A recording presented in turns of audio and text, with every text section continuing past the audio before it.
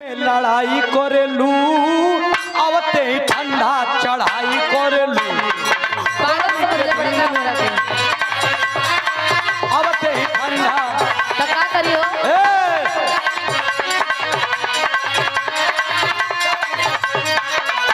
ए मनोज भैया अरे गर्मी के दिन में लड़ाई करेलू आवते ही ठंडा चढ़ाई करेलू काहे ना करी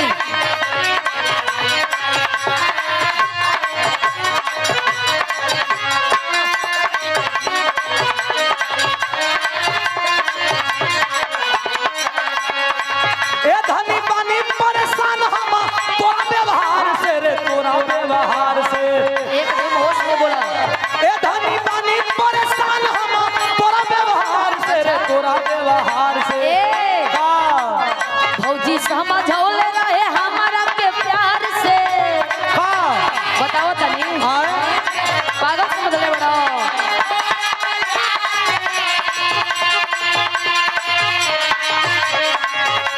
ए भौजी समझौले रहे अस्सलाम वालेकुम वालेकुम अस्सलाम बेगम साहिबा क्या है भौजी समझौले रहे हमारा के प्यार से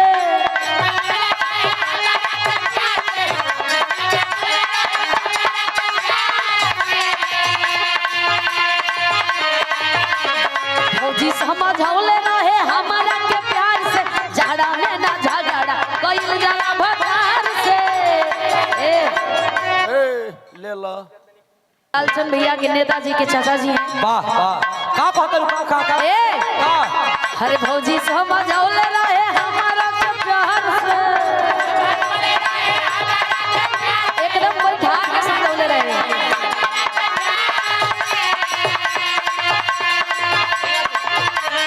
भौजी समझौले रहे हमारा के प्यार से झगड़ा में ना झगड़ा कइल जाला भतार से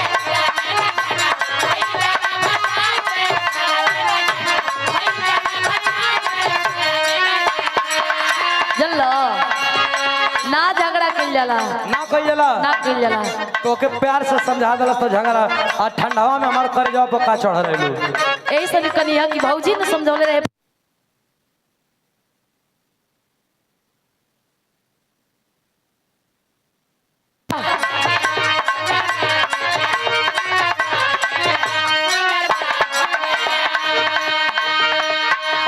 दे दो भाई हाँ और ई तो जग जाहिर बा हम कुमार बनी तू कुंवर चल गरदा कवारे हाय हाय रे हमला भर दुलारे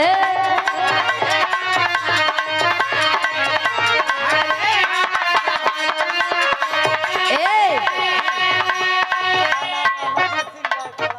हम तो अमरजीत सिंह खड़ा ने वाह या वाह बहुत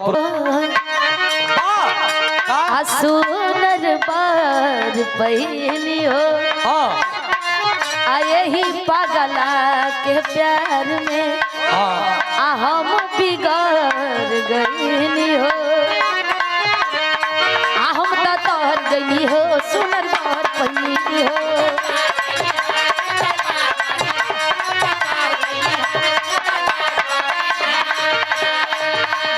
मुकेश भैया अही कौरा से जी आशीर्वाद दिली सुंदर माला के साथ में ये का कहता रू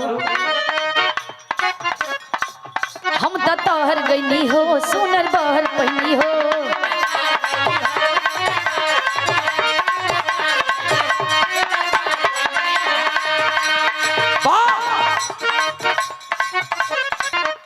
एगो हमके दे दो एगो हमके उनके दे दो आय अब जा जा हाँ हाँ पुरस्कार हमरे रविकांत भैया बड़ा प्यार बा बड़ा दुलार बा बड़ा स्नेह कलाकार का जिंदगी ऐसे बा दूसरा के खुश करे के बा सही बात बा और दूसरा खातिर हमने को खुदे समर्पित बने जा कलाकार जब तक मंच पे है तब तक रोल में है आप जिस रोल में ढाल दे रविकांत भैया जी भैया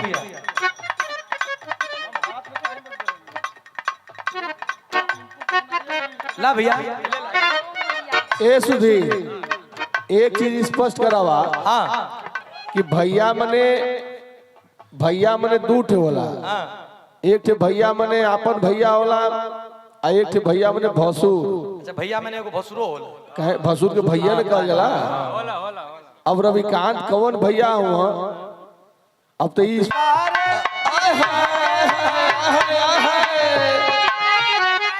एगो गाना पवन सिंह के बड़ा ट्रेंडिंग कैले रहे, बड़ा प्यार बा, बड़ा दुलार बा। हम एगो बात कनी है, रविकांत भैया, जितेंद्र भैया, मराठू भैया, अधेक जी, कलाकार जब तक मंच पे है तब तक एक्ट में है, रोल में है। आप जिसको जो रोल प्ले करने के लिए बोलेंगे, हम लोग रोल में। मंच के उतरने के बाद आपके भाई हैं आए भैया का बात या हरदी जहे सटेबा लोग वह सट जाइए। हाँ अच्छा आप देख, आप हमारे लक्ष्मण भैया जी के तरफ से भी पुरस्कार आइल बा, बहुत बहुत प्रणाम। अरे प्यार भाई आप लोगों को दुलार बा, हम तो बतिए का पैसा ले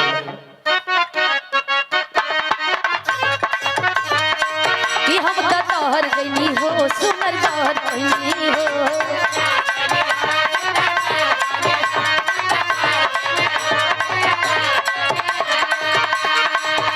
लाहे लाहे साली लाहे लाहे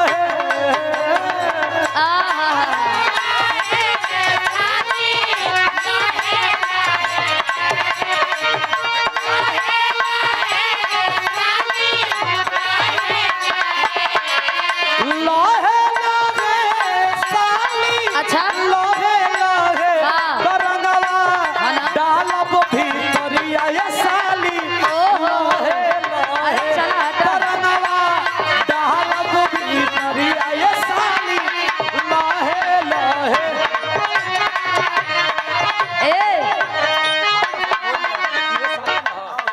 होली सुनो धीरे धीरे ये जीजा धीरे धीरे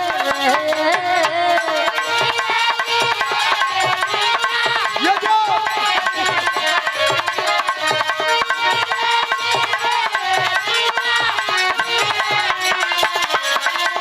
होली भरिए चली धीरे धीरे ये जीजा धीरे धीरे कि रंगवा डालो भीतरिया ये जीजा धीरे धीरे।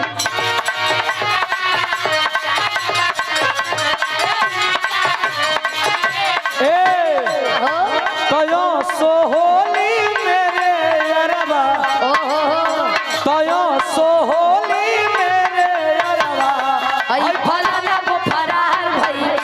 तयो सो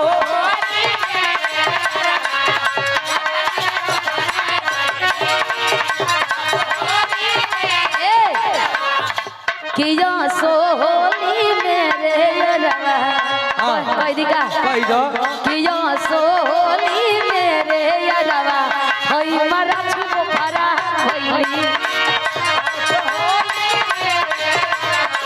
हई जितेंद्र वो फरार भई रविकांत वो फरार भई।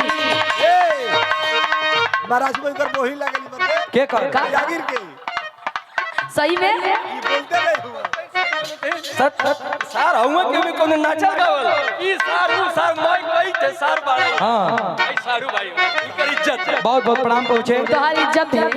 अच्छा तो सही में बड़ी मजा आई ले जा।